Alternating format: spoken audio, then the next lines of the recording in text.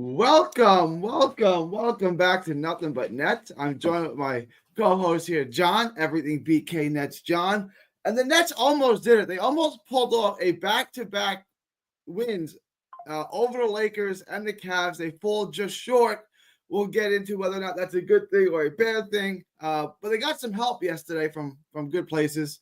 Pelicans won. That makes up a game. They actually looked really good. The Bucks lost to the Pacers. That's good for our draft. So we got the help we wanted. John, what were your thoughts on the game yesterday? The Nets kept it close. They were up 17 or 18. They were up most of the game. Did you think that they were going to pull off this back-to-back? What were your thoughts during the game?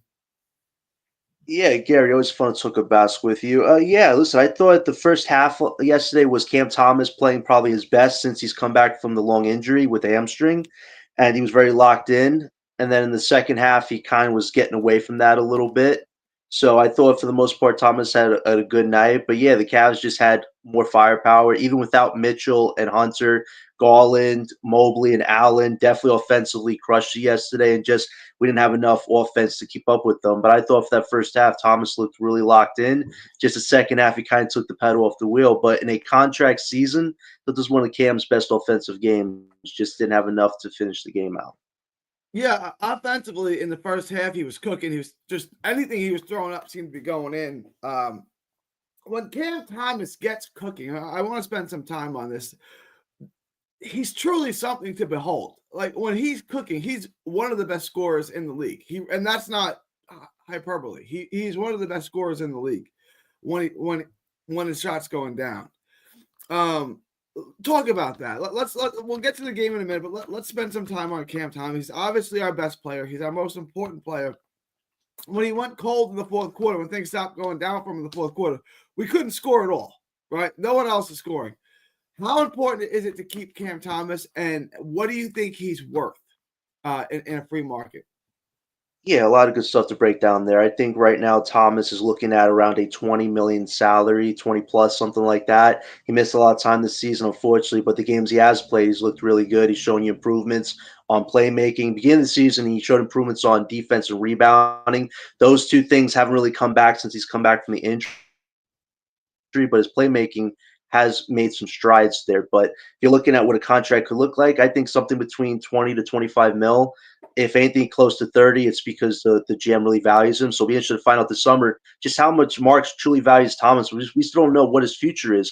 Could it be a cornerstone piece? Could he eventually be a sixth man if you get better prospect talent? Or could he be a huge trade asset to get you a star piece if that's the way our direction moves? So I think for the Nets this summer, it's very important to re-sign Thomas because having that flexibility with his contract gives us the flexibility to figure out what his future is.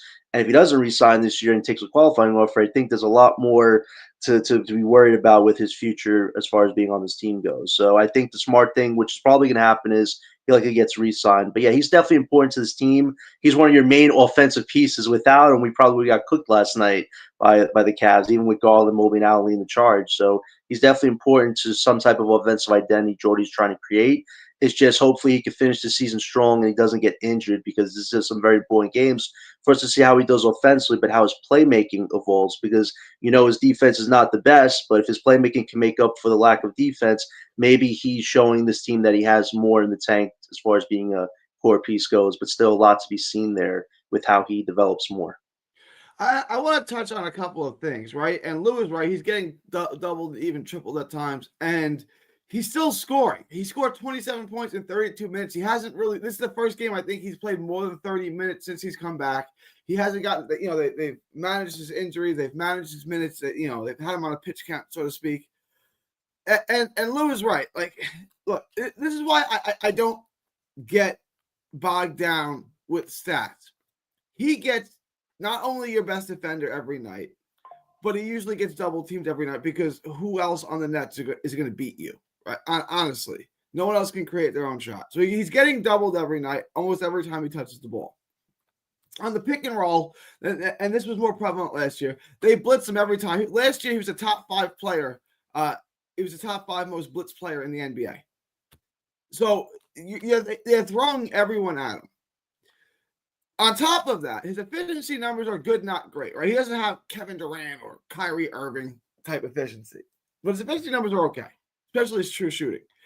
Despite launching every grenade, taking every difficult shot, 5, 4, 3, 2, someone's got to put the shot up. It's going to be Cam Thomas.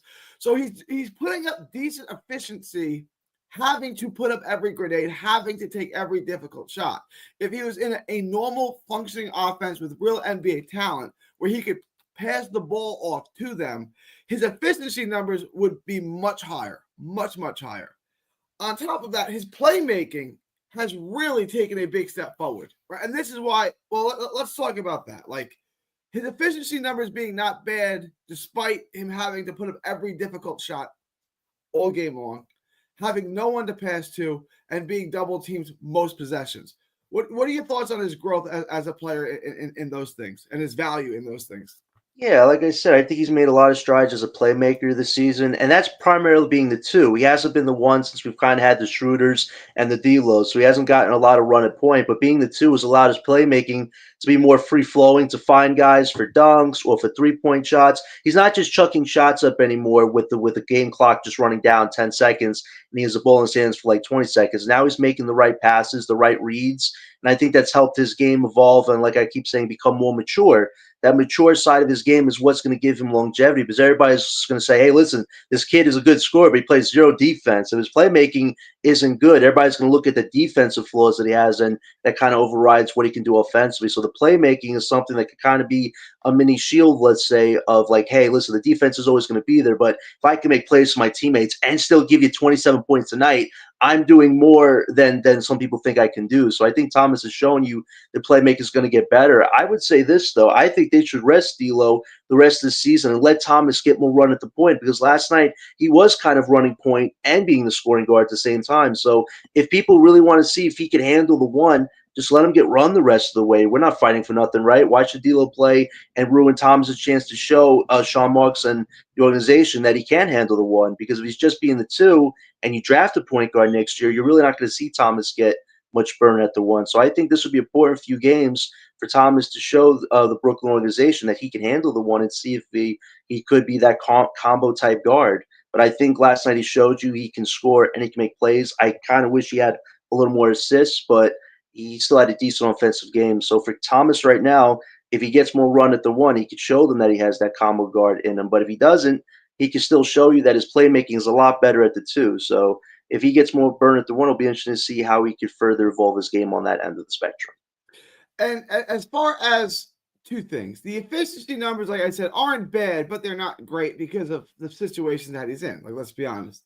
Right. And on top of that, he's missed a lot of games every year except for last year. So he's been in the league 4 years now. He's missed a substantial amount of games in all of them. Now, I think the injury this year was mostly Cap. I think if the season meant anything, he would have been playing a lot more games. But it is what it is. Like, the stats are what they are. You get paid off of stats for the most part. The less than terrific efficiency and then the injuries, is that going to affect his bottom line? Is that going to affect how much he's paid? Yeah, most definitely. At the end of the day, it's trying to not put all that on Tom's shoulders, because like you said, maybe the injury wasn't fully the injury. Maybe it was just strategic on the Nets' part because they wanted to not win games. But at the end of the day, it's what you do on the court and how many games you play and what's your overall production. I think Thomas this season, in the limited sample size, has shown you he's better efficiently at scoring. Playmaking's better. The rebounding was good at the beginning of the season. The defense on steals was better beginning of the season. So I think those things are the factors that Jordy has been harping about. He knows this kid can score. It's a superpower, but it's those other factors that need to be more consistent. So unfortunately, as good as he made some improvements, they're still not as consistent as you would want them to be. So I think his contract will be around 20 mil or 25 mil at the highest. I don't see 30 mil right now. I think he needs to show you that he could play for most of the season. Let's remember, Thomas has not gotten through a full season since he's become a Brooklyn Net. And I think that's a huge test for him to overcome, especially if he gets a contract this summer. So I definitely think it affects a little bit, but that shouldn't stop him from making the strides that he's making. He just needs to be more consistent. Like you said, he's a better efficient shot scorer, but it still needs to be more consistent. So hopefully if he gets re-signed, he can get through a full season and kind of show the organization that he can be a foundational piece on this team. But if not, you still sign him to a valuable contract that if he makes all these improvements, it makes him a very, very valuable asset to our future. So I think you're in a win-win situation with Cam Thomas right now, where the injury kind of worked in our favor, whereas we don't have to pay him over $30 million. We could give him a fair value market $25 million contract for maybe 3 to 4 years, and that gives us flexibility to figure out our future and Cam Thomas' future at the same time. So I don't think it's a huge detractor as some people want to make it out to be that he missed a lot of time. I want to address our resident Raptors fan in front of the program, Boomtown, has an interesting question. How does it look talent-wise at the top of the draft? Elite players and a few blue-chip prospects. Well, let me get to the rest of the question. Weaker or stronger draft than normal? Worried my Raptors didn't get the memo to bottom out fully. First off, I want to address the second half of that question. I think the Raptors have a playoff team, not a play-in team. I think their roster right now is good. I don't think it's like developed. I just think the roster is good. I think Landry Fields, the GM of the Raptors, has done a hell of a job playing the long-term and the short-term game. I think they have a team that can compete now. You know, they're not ready to win a championship, but they have their base, they have their core of players, and now they're going to end up getting a top 5 pick. Look, it's going to be tough. The Raptors, we went over their schedule. The schedule to close out the year is incredibly soft. Like, all the teams they're playing are also tanking. If they get a top 5 pick, and I'll let John address the second half of the question, they're set. If they get a top 5 pick in this draft, they're set. Like, they're so good. Ingram, RJ, Quickly, Scotty Barnes, and then a top 5 pick. Like, they're set. They're good to go. I think they're competing with Orlando and the Knicks next year. I really do. But, John, I'll let you address the first half of the question. How does the draft look? Top 5? You know, we know about the top 3 guys. 4, 5, 6. How would you rate those guys, and how would you rate the draft? I know a lot of people love the draft. You're a big draft guy. How would you rate the rest of the draft other than the top 3, which everyone thinks are all immediate impact players?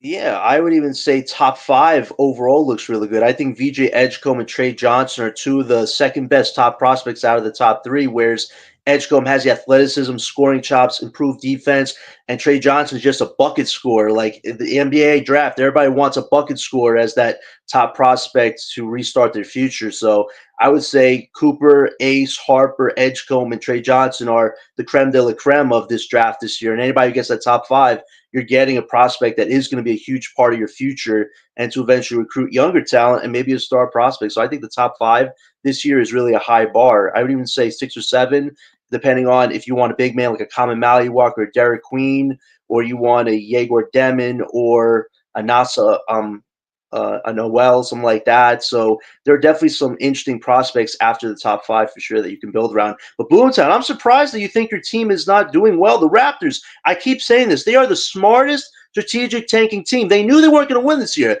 Jacopo even said, like, listen, we have some interesting pieces, but we're not going to beat the Celtics. We're not going to compete with the Cavs or OKC. Let's do something smart this year. Let's lose as many games as possible. Let's win a few here or there. But guess what? We got Scotty Barnes, our franchise guy. We got the third guy in Brandon Ingram. We have movable contracts now in RJ Barrett and Quickly. Now we have a chance of getting a top 5 pick this year.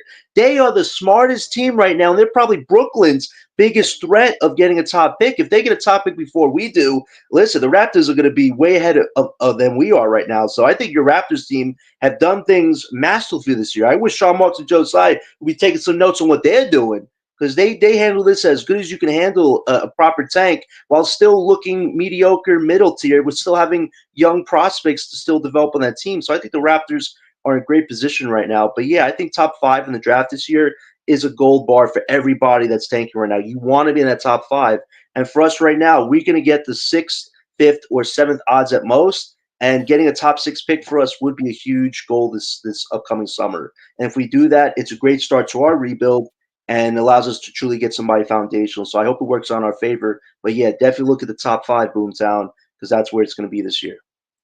I think I said Landry Fields, because I always talk about how good of a GM Landry Fields is with Atlanta. I think I said Landry Fields by accident. The Raptors GM is Bobby Webster, the 20-something-year-old. Bobby Webster has done such a good job. Landry Fields has done a great job too, an amazing job, just not in Toronto. He did it. Sorry about that. Mark corrected me. because I always talk about Landry Fields being like the best young GM, but Bobby Webster has done an amazing job in Toronto. So I don't want to correct that. Thank you, Mark. I think the Raptors are the team. Outside of the Thunder, obviously the Thunder are in a league of their own with everything they have, the talent they have, and then the picks. But other than that, if you say to me what team in the East is sitting pretty, I'm going to say Toronto. Like, I really like what they've done. I think they could have been a playoff team this year had they put their foot on the gas and tried to do it. Bobby Webster took his foot off and injuries, things happen. But I think we all talked about the Raptors being a surprise upstart team in the East. If they get a top 5 pick, like if you put VJ Edgecombe on this team,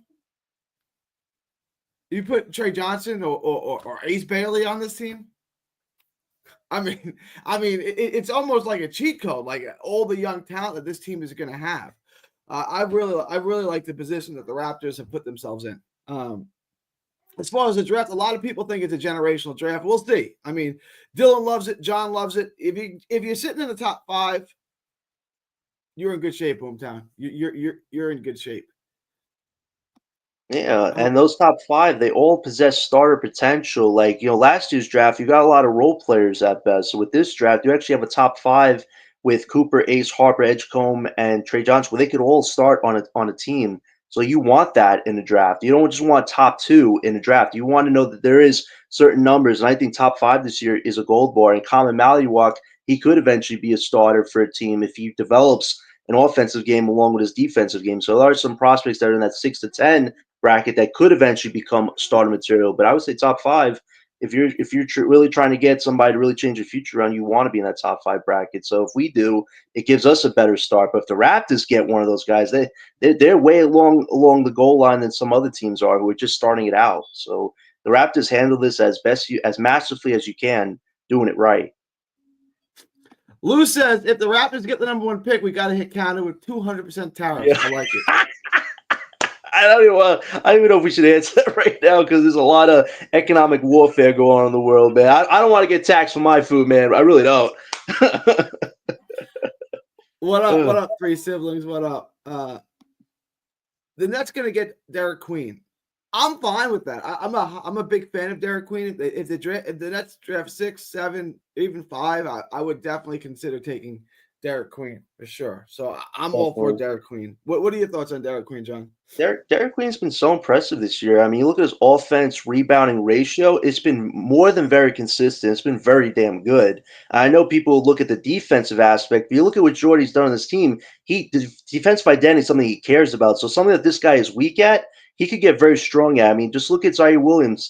He had a bad 3-point shooting game. Now it's really good right now. The fact that Jordy can turn players' weaknesses into strengths is something that you should feel great about if you get Derek Queen, because you already know offensively you're going to get a lot of points, and he can self-create, and that's a huge thing. We don't need centers anymore that can't self-create, and they need a point guard or 2 superstars to do most of the work for him. If we have a guy like Derek Queen who can do most of the work by himself, and you have a bucket scorer like Cam Thomas, offensively, that's how you create an identity. I think a Thomas-Derek Queen combo would be something that helps us on the offensive identity side. So if we get him, he could definitely be a huge part of our future. Now, as far as if he plays the 4 or 5, I think we agree he's better at the 4. But depending on matchups, you could place him at the 5. Switchability. And you also have Noah Clowney. You could play Clowney at the 5, and you could play Queen at the 4, or you could switch it up. So I think that would be a combination I would like to see if we got Derek Queen. I think there's a lot of versatility with getting Derek Queen. I think it works for a team like Brooklyn where Jordy wants these players to be more versatile and not just be one-dimensional. So if we get Queen, I think it's going to be a huge win for Brooklyn for sure. I think Queen would be a great pick offensively. I mean, the only question is, can he defend 4s or 5s? Like, what does he defensively? Mm-hmm. But I would worry about that when we're good, right? Like right now, I wouldn't worry too much. I want to address this. Let me get it, and I want to get back to Cam Thomas. Gary and John, if you could change the NBA lottery system, what changes, if any, would you make? I prefer a system that doesn't encourage teams to tank, at least to the extent the current system does. And I want to address it. I think this is a great question. First, all right, so here's what I would do. I would make one of 2 changes, and to me, that's fairly simple, right? You either do like what the NFL does and Major League Baseball does. The worst team gets the first pick. The second worst team gets the second pick. The third worst team gets the third pick, so on and so forth. I'm fine with that. I think that works fine. I think the only reason why you have the lottery is to manipulate the lottery. I don't see any other reason for it to exist other than I want the Knicks to get Patrick Ewing. I did not want the Houston Rockets to get Hakeem Olajuwon. That didn't work for me. Knicks getting Patrick Ewing does work for me. The lottery was created right after the Rockets tanked off to get Hakeem Olajuwon right after they had Ralph Sampson. So the next year, the NBA wanted to make sure the Knicks got Ewing, so they did. It is what it is. It is what it is. So what I would do is either make that, or I would say whoever doesn't make the playoffs all gets the same amount of ping pong balls. Everyone gets one ping pong ball, which is what they did when the Knicks won the lottery. I want to address the second half of this comment. I prefer a system that doesn't encourage teams to tank. I don't think the current system does. If you look at the difference between the team with the worst record, we talked about this a lot yesterday. The team with the worst record only has a 14% chance of winning. The team with the third worst record only has a 14% chance of winning. The team with the seventh worst record only has an 8% chance of winning. So between 1 and 7, the difference between the odds only go from 8% to 14%. The current system does not really reward tanking. It's not like if you finish with the worst record, you have a 50% chance of getting the first pick, and then the second worst has a 20% chance, and the third worst record has a 10% chance. There's no difference. There's literally no difference between the first and the third, and there's not much difference between the first worst record and the seventh worst record. There's not that much difference. So, everyone tanks to get a 4% better chance. Like 4%, 4 out of 100. That's the odds you're increasing between 1 and 6. It's not really what it's made out to be, and that's why I'm not a huge fan of tanking.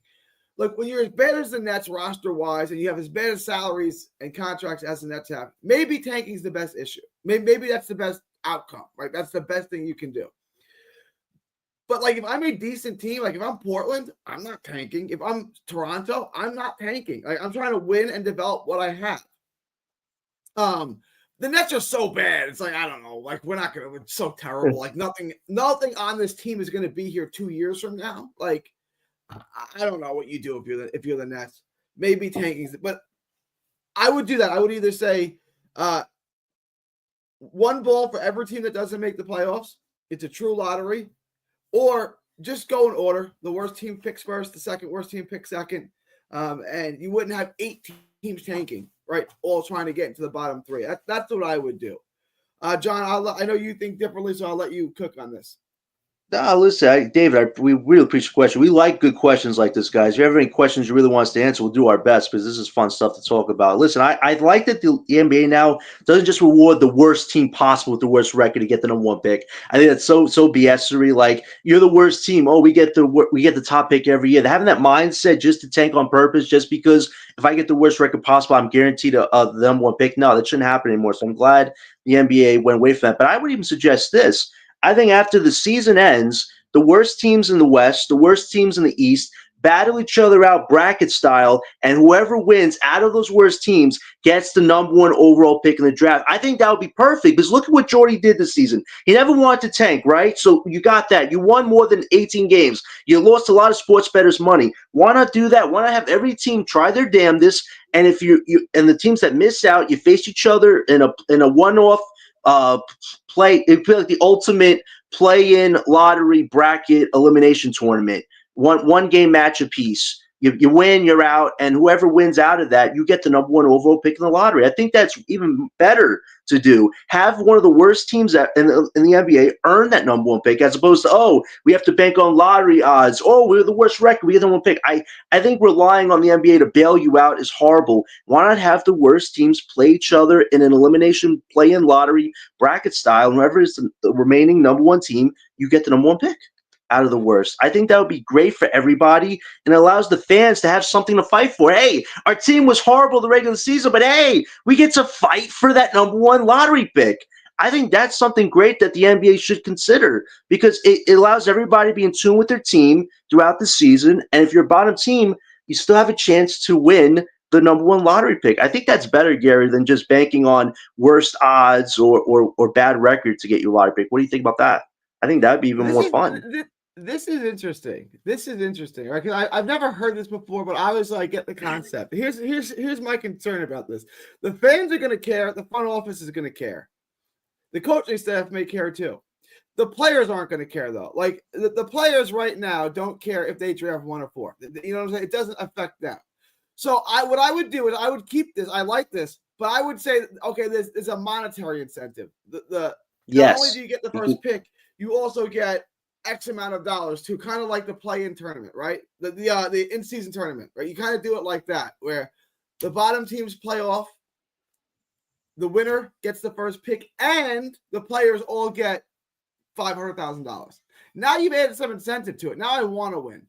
I like this idea. I've never thought of it. I've never even heard this before. They have this. This is how we work my fantasy football league, right? The teams that don't make the playoffs all play for the number 1 pick next year. Exactly. I kind of like this, John. I don't know. You're gonna have to get this past the players' union. There's gonna be some hurdles, but if you could do this, I kind of like this idea. I've never heard this before. Yeah. I kind of like this idea. To anybody that likes the idea, definitely share this video with everybody because I want everybody's perspective on it because I think it's a great way to keep everybody in tune because I agree with Gary. Taking on purpose multiple years, it doesn't make your franchise better because look at the Wizards. They tanked for how many years now? And they only got – I didn't think they got a number 1 pick at all out of the deal. The Pistons, they tanked for 5 years. They got 1 number overall pick.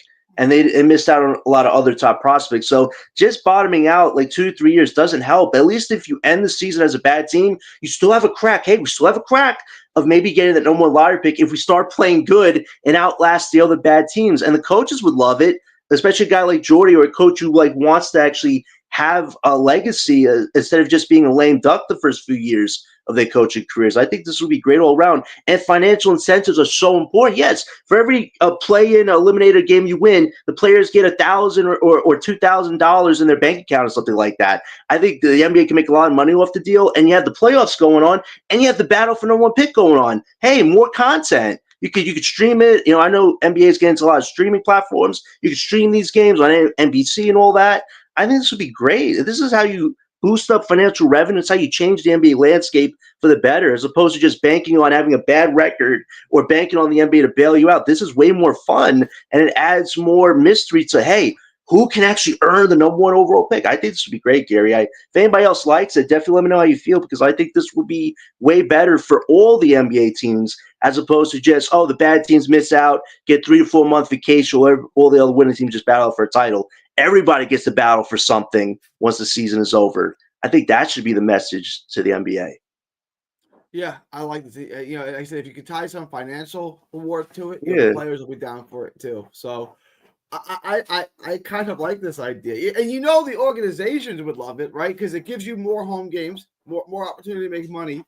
The fans are going to be tuned into it. And then if you win, you get the number 1 pick in the draft, Right. So I like this idea, John. I like this idea a lot. I don't know how realistic it is, but I like the idea. I'm glad you like it. And also, it's good because look at some of the teams that are now in this. The Pelicans, they were supposed to be competing this year. The 76ers, they were supposed to be competing for a title this year. The Mavs, well, they're a casino now. Like these 3 teams, if either one of them gets a top 1 pick, it's horrible for the NBA. It's really bad publicity. Why would you want a number 1 pick to go on a team with the 76ers with 2 guys who make over $300 million and they're injury prone and towards the end of their careers? That would be a publicity nightmare. Have them battle it out. Hey, if Tyrese Maxey can carry you to a number 1 lottery pick, okay. If he can't, hey, you lost out on number 1 pick. We still have a shot at 2, 3, 4, and 5, and 6. I think it would be better than these teams that were supposed to be good. They're now bottoming out. They don't get no guarantees either. They have to earn it just like everybody else has to earn it, even though their expectations change. That would be a big reason why I would do this play-in eliminator bracket. Because if those teams get the number 1 pick, everybody's going to be going, yo, they would compete for a title. They get the number 1 pick because they decide to bottom out. It would be bad publicity all around. So this actually does a lot to save the NBA's ass if that somehow happens doing this. So there's a lot of good for it. So I want to get into this. Pelicans won again. The Nets got all the help they wanted last night, John. Pelicans won again, which is good for the Nets.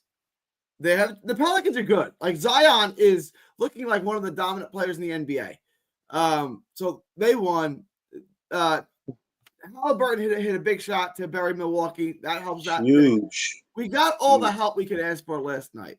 So just kind of talk about that. And then I'm gonna go over these tankathon odds and show you what I'm talking about. But talk about the help the Nets got last night. Yeah, I was definitely watching the Pacers Bucks game. When I saw Neesmith miss that free throw to tie the game, I'm like, no! You guys had a 5-point lead. Now you're letting the Bucks battle back. But thank gosh, Halliburton, he took one of the craziest circus shots I've ever seen for a buzzer beater, and he got the foul call. They were trying to review the play, see if his feet were out of bounds, but thank gosh they weren't. He perfectly planted his feet at the exact perfect place to get the foul call, and that was a huge win. Now the Pacers and Bucks, they're going to face each other Saturday. Pacers going to be on a back-to-back. Whoever wins has a tiebreaker going into season and seeding and all that. So that Saturday is now a huge game. So what Halliburton did pretty much is raise the stakes and put more pressure on the Bucks.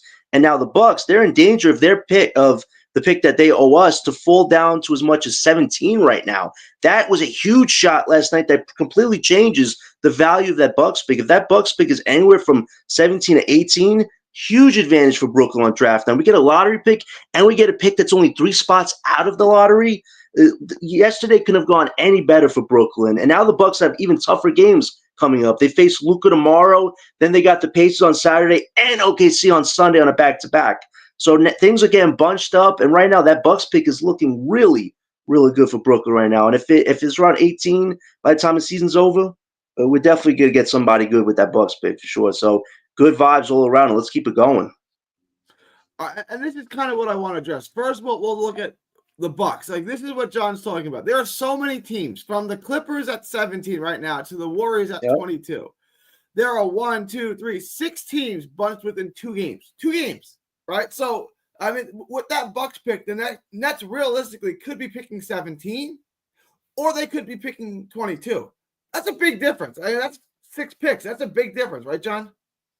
Yeah, it's a huge difference. And now that everything's bunched up, you look at the Warriors, they're playing well. Timberwolves, they're playing well. Clippers, they still have enough to just get through. And if the Bucks are down with them, advantage us. So everything's kind of working out now with that Bucks pick. And the Bucks, they're trying to rely on Damian and Giannis, who are the best scoring duo in the league. But if they're the only guys doing most of the heavy lifting, some nights it's not going to be enough. And you saw that last night with Halliburton with that huge 3. So things are working out right now. And if that Bucks pick is under 20 for us, we can definitely get a huge draft pick there. Like Thomas Sorber, I think he's at the top around that bracket. If we could get him as a center of the future, man, that Bucks pick from the Knicks, woo, it's going to look like a steal right now. So that could have been a game changer last night for Brooklyn. We'll see what happens this weekend with the Bucks for sure.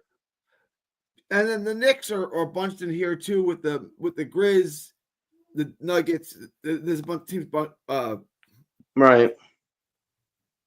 And the Nets have 2 picks here. You know, if I had to guess right now, I would say the Nets pick 19, 23, and 25. That would be my and then their lottery pick. But their non-lottery picks, I would guess, would be 19, 23, and 25. John, what are your thoughts on that? I think that would be good. I think the 19 would be great. And the picks being under 25 or just added, I think gives us an advantage. Like if we want to trade up in this draft, there'll definitely be some people in that 20 to 30 bracket that some teams are going to want, especially if some of them are seniors or juniors. And there's a team that's in this draft that believes that they want to be very competitive. They might want to trade with us or trade back like that, because you got to think about this too. Everybody that's in the lottery, they want young freshman type prospects, but prospects that are juniors or seniors, those are players that are going to be expected to be contributors on teams that want to compete. So look at teams like OKC and the Spurs. Would they be willing to trade back with us to get maybe a Cam Johnson in our 25th pick, like we've been proposing? I think that could be very doable. So I think those picks would be very valuable for us if they land in that order that you talked about. So I think they're definitely shaping up to be valuable resources for sure. Lou wanted to comment on your draft lottery idea. That horrible team would remain the worst team every year unless they build through trades or free agency to get better, to be able to win the bracket style lottery. Yeah, no, I agree, Lou. They would, and that sucks for them. Like that's what, you're incentivized to get better. You're not incentivized to suck, right? Like you're incentivized to get better, and that's why I like it. But that's what we already have. Like, if you look at the top teams stay the top teams. The bottom teams stay the bottom teams. The Wizards, the Hornets, they stay the bottom teams because they're terrible. And that's I kind of feel like that's their choice, right? Would the Hornets stay terrible in this system? Probably. Are they going to stay horrible with the current system? Probably. Like, when was the last time? I don't even remember, John. Maybe you know. When was the last time the Hornets even made the playoffs? Oh my! I can't even think of, not a play-in. I know they made the play-in. I'm talking about the playoffs. I can't even think of the last time they made the playoffs. I can't either. I know they were playing against the Hawks, I think, a few years ago. It But was yeah, a they haven't play-in. been in Yeah. a long time. But that's why my idea just makes so much sense. Gives these teams something to fight for. You look at the new CBA now. Now a lot of teams are over the second aprons. Like if you try to make big moves, do trades and all that, your windows are very small. So if you miss out on it, guess what? I have a chance to get a number one pick in the lottery and start from scratch. This actually helps expedite the processes for some of these bottom teams or teams that swing high and strike out really badly. Like there are some good incentives here with the system I'm coming up with, because for teams that swing big and miss out on their windows, this gives you a chance to rebound as opposed to being a mediocre, trashy team for 3 to 4 years because you miss out on number one pick by being garbage year and out because you expect to get lady luck on your side. This system actually gives you a fair shot on making up on your BS. So I think it would have a lot of benefits all around for sure. All right. So Lou says if I'm the number 8 seed near the end of the season, I'm tanking to beat all those bad teams to get the number 1 pick. Who's tanking? Like right now, the number 8 seed would be who? Orlando and the Clippers. You think Orlando and the Clippers are tanking right now to be to make the play-in? Like, who is James Harden, Paolo? Those guys are gonna tank to make. Of course, they want to be in the playoffs. This is why you play the regular season, Lou, to get into the playoffs. If the Nets thought they had a legitimate chance at the playoffs, they wouldn't be tanking, which we saw when they won 7 out of 9, and then they lost 5 in a row. So it's like, oh, okay, back to tanking. But they brought D'Lo back. They got rid of Killian Hayes. No. The goal is to make the playoffs, especially if you're a good team. I promise you, if the Clippers thought they could get the number 1 pick or make one more championship run, they're going to try to make the championship run. Like, that's why you play the season. Like, the players don't care about the pick. They don't. The players don't care. I promise you right now, James Harden, if you said James Harden, you get one more playoff run, which may end in a first-round exit, or we can draft Dylan Harper to take your job. Which one would you prefer?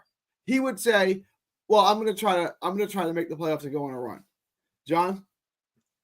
Yeah, it's like you said. For some players, they don't care. We obviously saw this season with Scam Johnson's comments. He doesn't care about prospects. He cares about representing the team because he got $90 million.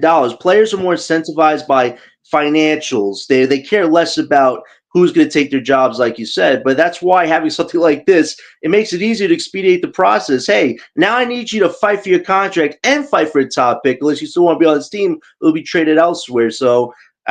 David, thank you so much for the question. We really had a great discussion about it. It was a great question, and I hope the NBA takes that into consideration because you want every team to fight for something. You don't want them to just fight to be crappy or mediocre all the damn time. And even though I want us to tank this year because it was our only option, we traded away Bridges to get the Knicks picks, and we traded away a lot of valuable assets to get our own picks back. So that was what the direction me and so many people believed in, is that when we have nothing to win this season, but we have a chance to fight for a top prospect by not winning a lot of games. And now we're in that middle tier part of the out of the bracket of the play-in where we have a shot now. So it works out for us just by being a little competitive this year with Coach Jordy. So I'll give Jordy credit on that. Having us be competitive might be what gets us the top 3 pick this year, as opposed to being where the Wizards are, where they're not going to get a coup flag this year. Washington's definitely not getting them. So maybe this does work out for us. But if you have this type of bracket tournament system, every bottom team gets to fight for something. So I hope the NBA keeps trying to make those modifications and makes the end of season interesting for the teams that miss out on play-in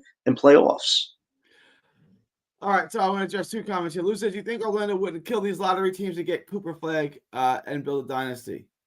No. I don't think Paolo is going to lose games on purpose to miss the playoffs. I don't think that's the way any athlete, any competitor feels. So I want to, when I say who is tanking, Cam Johnson came out. The Nets are god awful. They're one of the worst. They're the worst roster in basketball with the Wizards.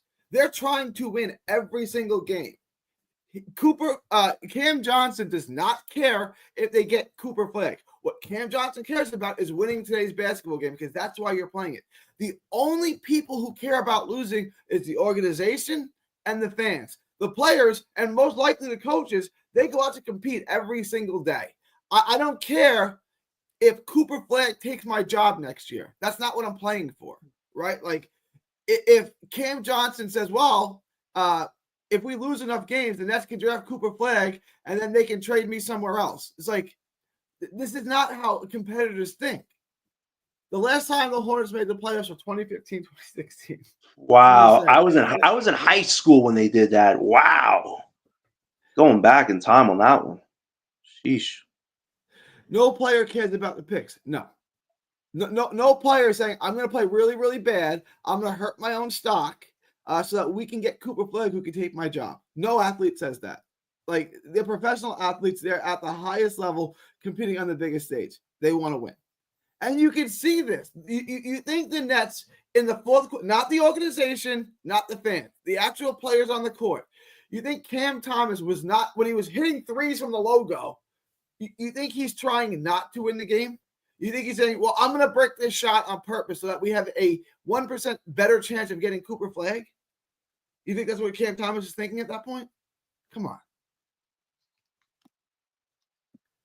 Okay, I just want to just Mark for a second. Mark, at the end of the day, me and Gary still stand by what we said. This organization has done this tank process very horribly. It's been up and down all over the place. We were a half a game out of a play-in seed with the Bulls. If we were in that play-in bracket this year, we are not getting a top 3 pick this year. We're not going to have what happened to what's happened to Hawks last year. Lightning doesn't strike twice usually like that. So now the organization woke up a little bit and had us purposely lose that game against the Hornets. It actually puts us now in a much better position. We could have the 5th or 6th odds now as opposed to being playing to get out of top 3 automatically. So, Mark, I still stand by the organization did a horrible job this year, but Jordy, by keeping us competitive, might be our saving grace a little bit there. I have to look at some type of positive here, or else it's not going to be justifiable in any sense of the way. Because me and Gary still think that we need a real GM and an owner that's more engaged on this team to have a real consistent product on the court, because we still don't even know what this team's direction ultimately is, even if they get a top pick this year. We don't know what the construction is. We have ideas, but this organization has shown us that it's easy to visualize their ideas, but man, they really can't get it on paper half the damn time. Harlem got 2 questions for you, John. Your buddy Harlem. He says that, well, one's not a question. He says, you guys are not real fans, talking about the tank fans, the fans of the tank. And then he says, another question. So just you know what's ironic? Okay, then he says, John, answer the question. What makes CJ a scam? You call him Scam Johnson. That's his nickname that you've given him. Go ahead. Address Harlem in the chat.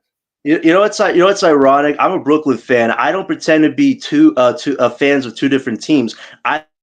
Either a Brooklyn fan, a Knicks fan, a Mets fan, a Yankees fan. Choose your sides, you stand by them. That's how I've always been taught. I don't go, oh my gosh, the Knicks have started playing well. I'll jump away from the Nets. Oh, the Nets are playing well. I'll jump away from the Knicks. No, I'm a Nets fan. So we're real fans because we don't jump and go back and forth.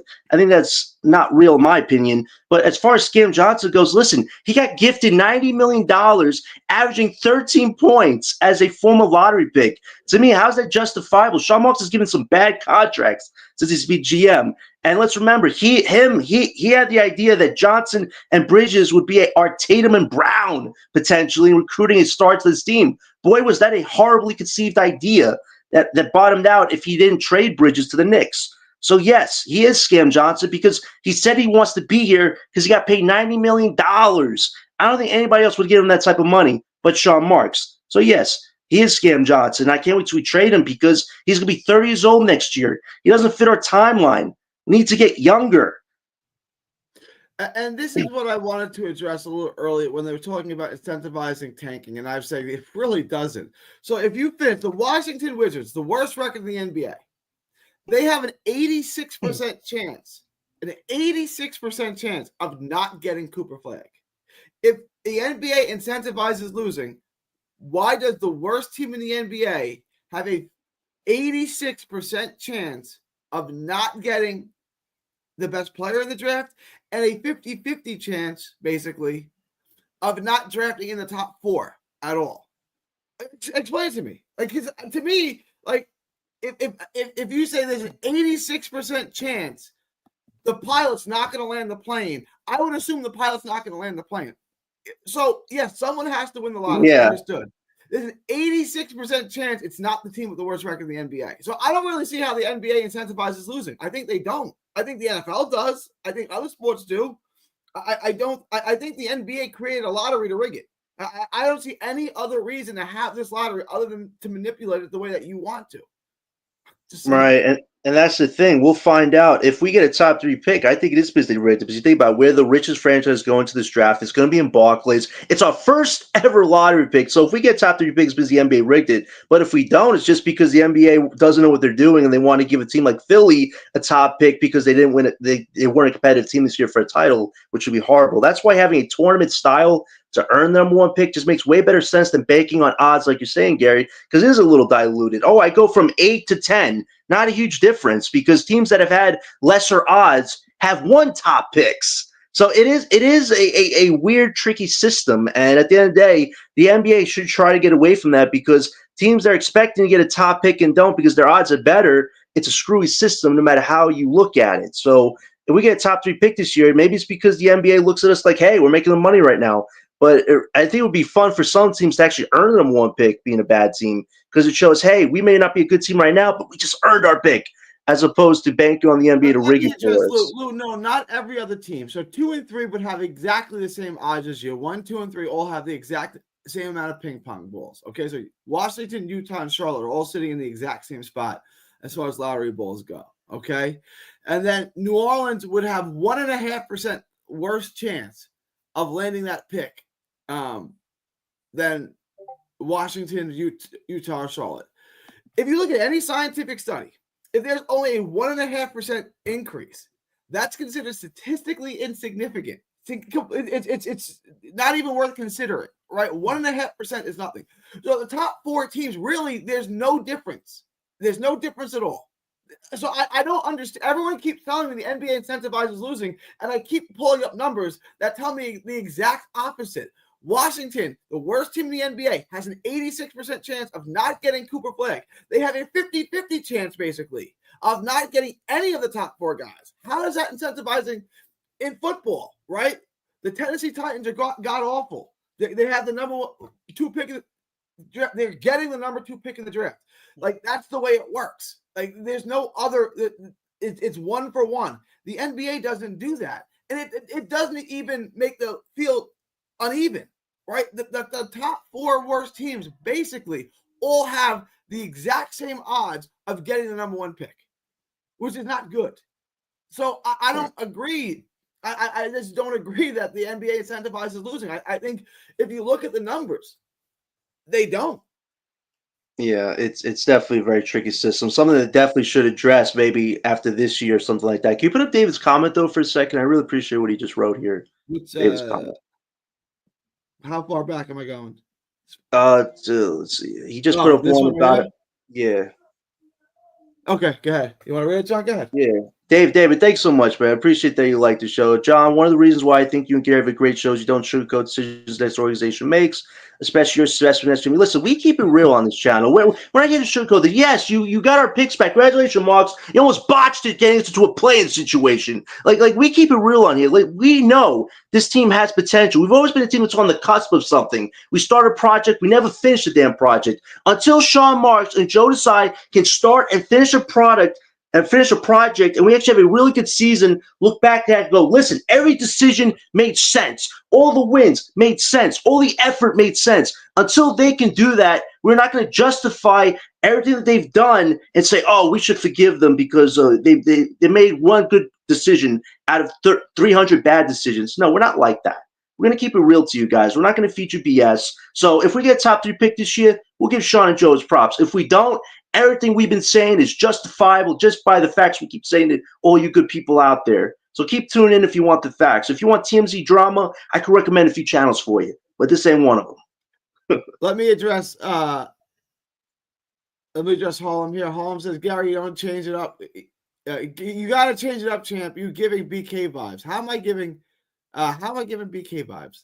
How so, Harlem? I'm interested in your feedback. All right, let me get to vibes. How so, Harlem? I'm You got the echo, John. Right, come in and out real quick. Hey, what, Gary? You got an echo. Can you? All right. Yeah, can you jump in and out real quick? Is that better? Yeah. All right. Hang on. I want to get to this. This is interesting. I think it shows Joe Tsai's overall disinterest in the Nets. Since the start of the season, Joe Tsai tweets about the Brooklyn Nets. 1. Joe Tsai tweets about lacrosse. 12. Joe Tsai doesn't care about this team. I don't know how else to say this. He doesn't care about the Brooklyn Nets. It's sad. It's unfortunate. But Joe Tsai does not care about the Brooklyn Nets. He owns the team. He has a multi-billion-dollar investment in this team, and he doesn't care about them. I don't know what to make of this. He's not Mark Cuban. He's not Steve Cohen. He's tweeted about his team, his multi-billion-dollar investment once this season, and 12 times about lacrosse. I mean, like,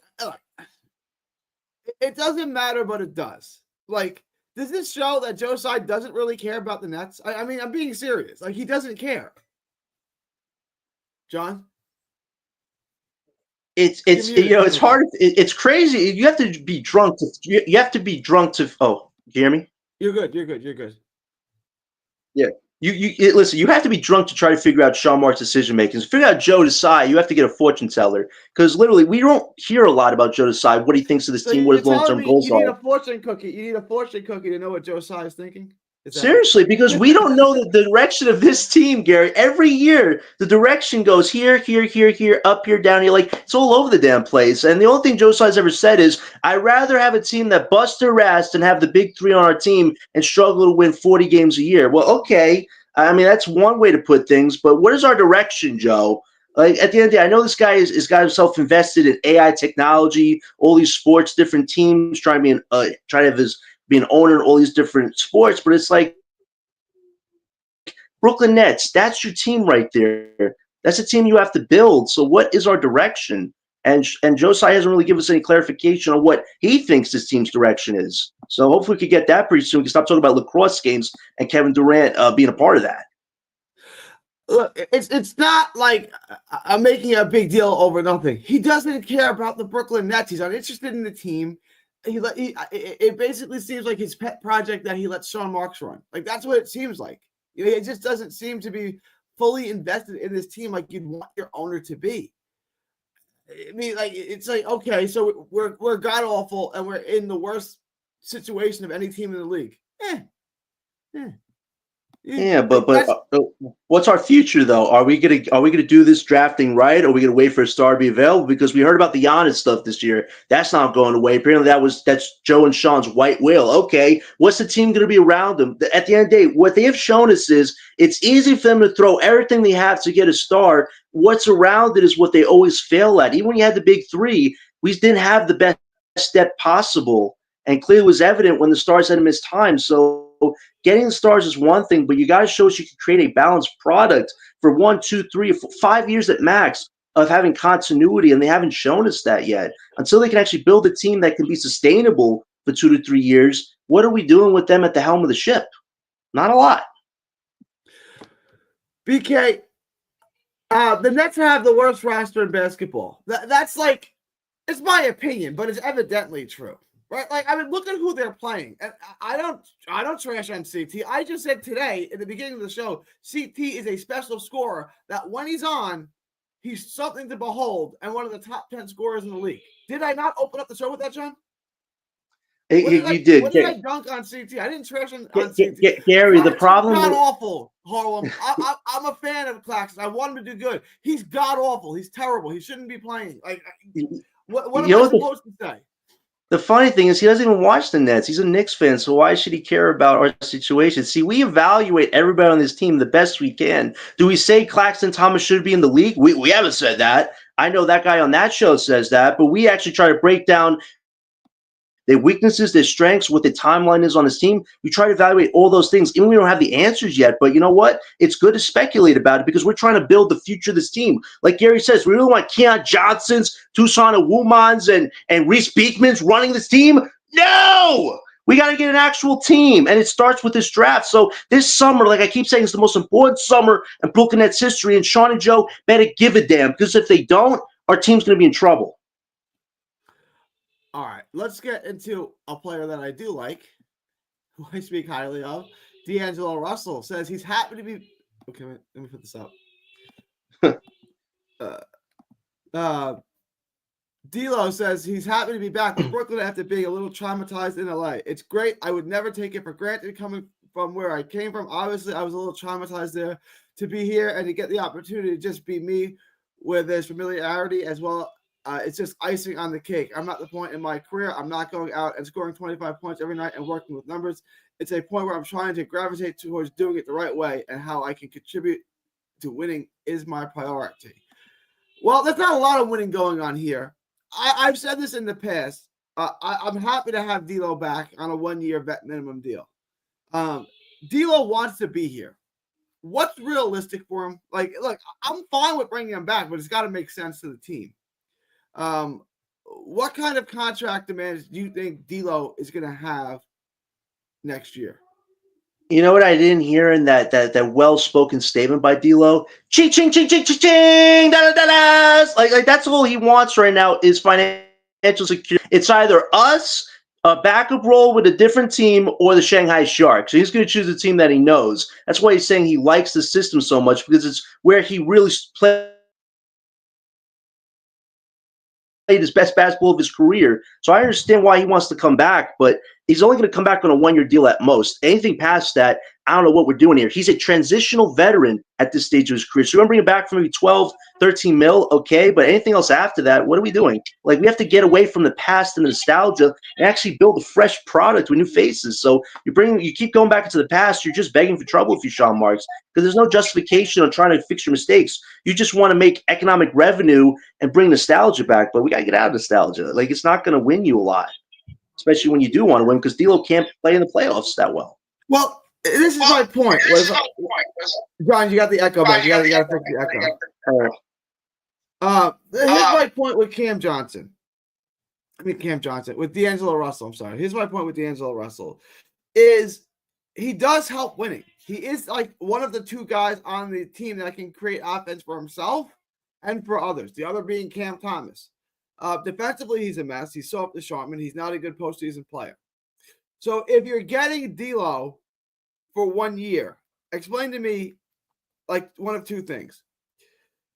Are you trying to win, or are you trying to fill out a roster?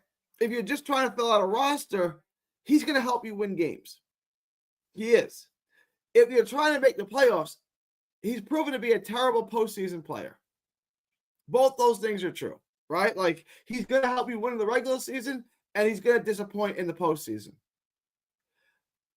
I don't like, if you're trying to make the postseason, D'Lo doesn't play well in the postseason. He's proven it at every level as a primary ball handler with the Nets, as a secondary option with Minnesota, and as a true role player in Charlotte with the Lakers. I'm sorry, with the Lakers.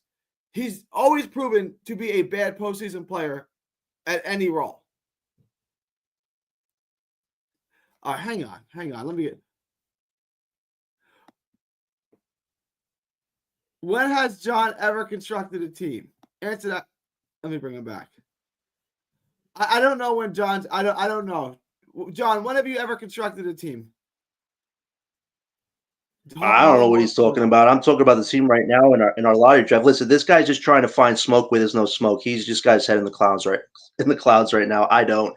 My goal here is to assess the team, assess our strengths or weaknesses, how we can get better, how we can utilize our draft assets and our cap space to best our abilities. It's an important summer for us to use all those facets. So at the end of the day, we need a better team. This team right now, I call it the junkyard squad, is made of a bunch of guys on 1-year deals or guys under some long-term money that we don't need, that are kind of holding our assets back a bit. So we need to free up some cap space this summer, getting rid of Johnson and Claxton, and try to draft well this summer. You need a core or a nucleus in order to really be a team at all. We don't even have that right now. You have the coach. Listen, bravo to Jordy, but you need a real team around him, and we don't have that right now.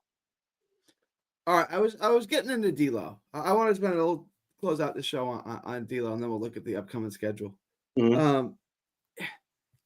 You know, I'm a D'Lo fan. He's one of my favorite Nets. I love D'Lo, and I'm for bringing him back on a 1-year vet minimum deal. Any more than that, like in the regular season, he helps you win games.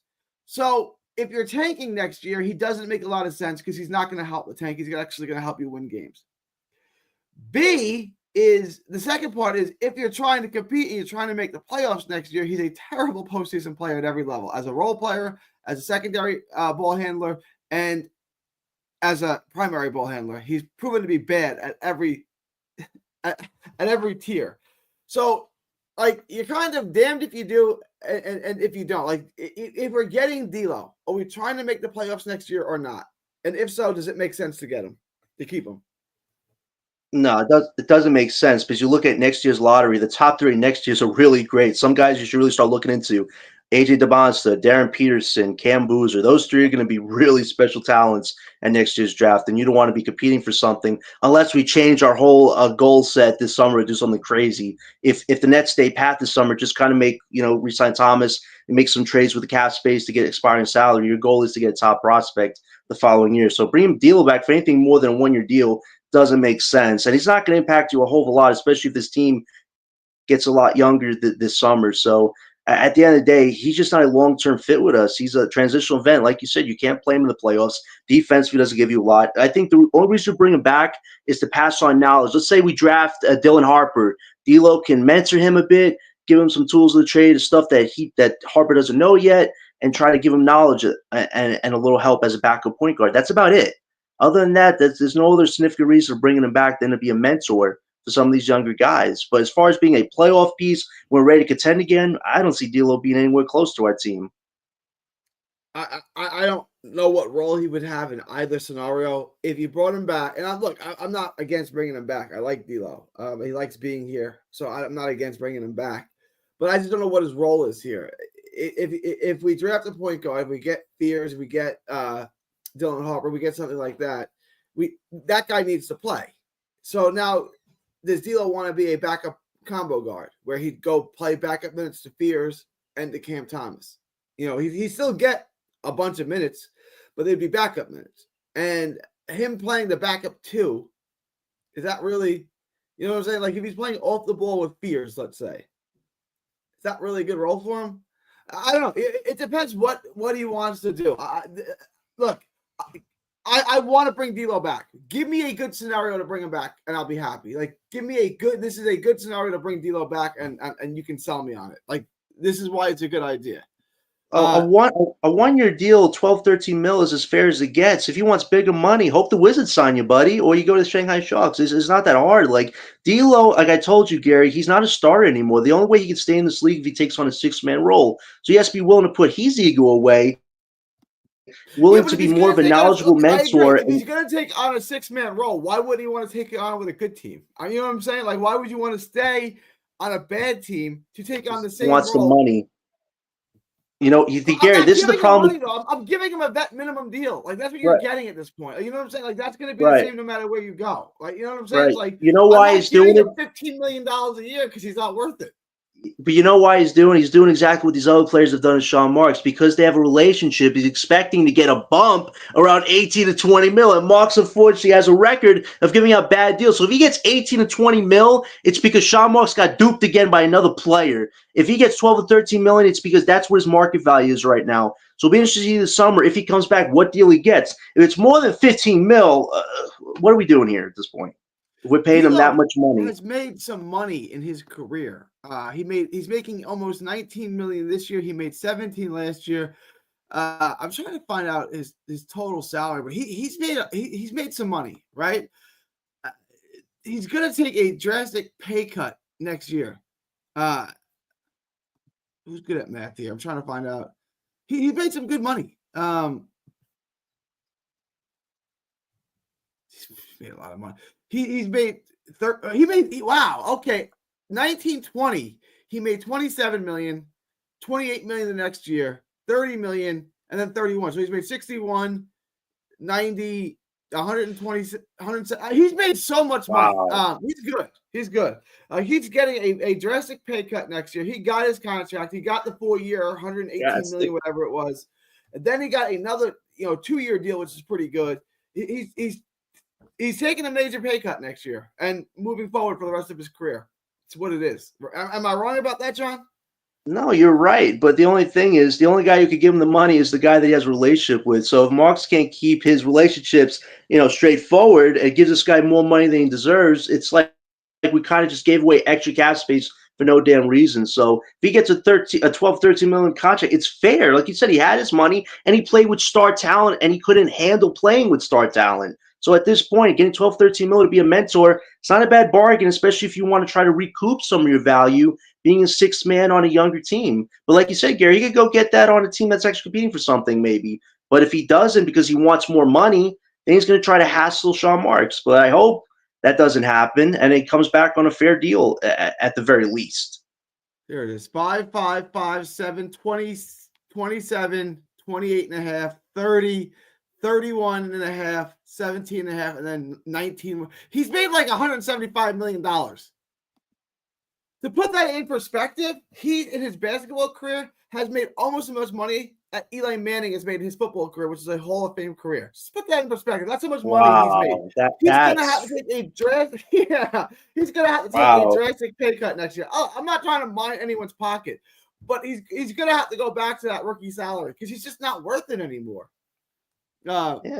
And that's just being fair and straightforward. And if he comes back as a mentor, okay, pass on your knowledge. But other than that, if he's here the following year, I feel like we're just wasting time. New show alert, Harlem says Gary and the Crybaby starring John, Lee, Pete, and Pod.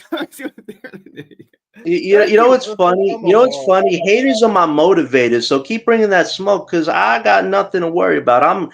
I'm having good basketball conversations on the daily and bringing good Brooklyn content to good Brooklyn people. So you want to keep whining with your comments? Fine, go ahead. But you know what? I'm here where the real magic is happening, which is having some great conversations. All right, so let's take a look at the upcoming schedule. We got the Bulls tomorrow, so that would be Friday. What is tomorrow? Thursday. What is today, John? Today's Wednesday. They play tomorrow, so we'll definitely do a show on Friday. And I think the Nets have a double header this weekend. I don't know if it'll be available for Sunday, so Monday we could maybe do our next show if you want. Thursday, Saturday, Sunday. I know Dylan wants to go live tomorrow, so maybe I might go live tomorrow with Dylan. Of course, John, if you're free, jump on with us. But I'm going to try to schedule that with Dylan. And then Friday we'll recap the Bulls game and preview the loss to the Celtics and the Hawks on Saturday and Sunday. We'll preview those two losses. He's calling you Scam John. Oh man, that's okay. Right. I've been called much worse, and guess what? It didn't affect me. I'm still smiling. I'm smiling. So listen, it's funny when people throw negative jabs at you. It's because they have nothing better to do on their off day. So it's cool. All right, Harlem. Shout out to you for holding the chat down. Appreciate you. John, where can everyone find you? We got to wrap this up. Yeah, Gary, great show. A lot of good stuff we got into. If you ever want to talk good basketball, you find me on Twitter at OS91413John. And yeah, we only got, how many games we got left? About 17 games. The season's winding down. 15, right? Yeah, season's running down. Yeah, season's winding down. We got a huge draft this summer. Free agency is not going to be that good, but we have some valuable cap space that we can use wisely. And I just hope the Nets have a very active summer and kind of make a lot of smart moves to put this team in the best position to succeed, not just the following year, but 2 or 3 years down the line. So this summer, we could really set this team in a proper balance, whereas they've been in an imbalance, and really just start constructing a well-oiled team. So I look forward to this being a fun summer. And David, thanks for coming on. Great question. Everybody likes that, what I came up with the play-in lottery bracket tournament. Definitely share the video, and it would be great to hear your feedback on that. Lou wants to know, he said John, but he meant me, but it would be all of us. Would you think of setting up a Google form to send in questions? Yeah, I would love that idea. 100%. I don't know how to do that. Do you know how to do that, John? I don't know how to do it. We should talk to Dylan about it because Dylan's very techy. So maybe we'll talk to him about some stuff like that. But listen, you know our Twitters, me and Gary's. If you want to post the questions there on that. We could get back to on that. Please do it. If you have a question for me or him and you want to answer on the following pod, we'll definitely try to answer it for you if you tune in. I would very much appreciate that, Lou, for sure. I appreciate that, Lou. I hadn't thought of that, but that's something I would definitely want to do. But that's something I got run by Dylan because he would know how to do that, and I don't. And if he could set that up for us, great. But if you guys have any questions, you can reach me and Gary's Twitter, and we'll try to answer it on the following videos. But I'm so happy that the comment section is definitely getting into the videos a lot more lately. We appreciate the fun questions some of you ask. For real, it's a lot of fun content to discuss for sure. All right, y'all. It's March 12th, 2025 from Texas to the world. Thank you, and God bless. Peace.